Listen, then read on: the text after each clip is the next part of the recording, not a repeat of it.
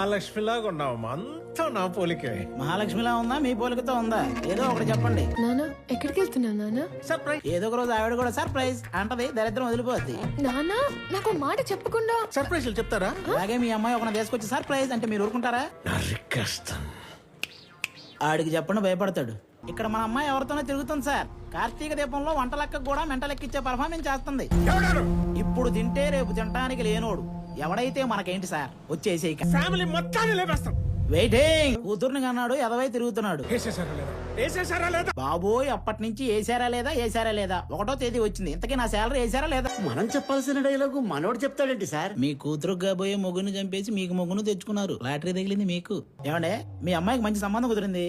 రేపో మాపో పెళ్లి చేసుకుని వెళ్ళిపోద్ది. ఆ తర్వాత మీ పరిస్థితి ఏంటి? ఏ మావా బ్రో, ఆడికి నెలకెంత ఇస్తారు? 25,000 ఇస్తాను. అంత ఇచ్చి ఎంచుకునే వాళ్ళు మిమ్మల్ని చూస్తున్నానండి బాబా. కర్మలో సెట్ అయ్యాడు. అంతే.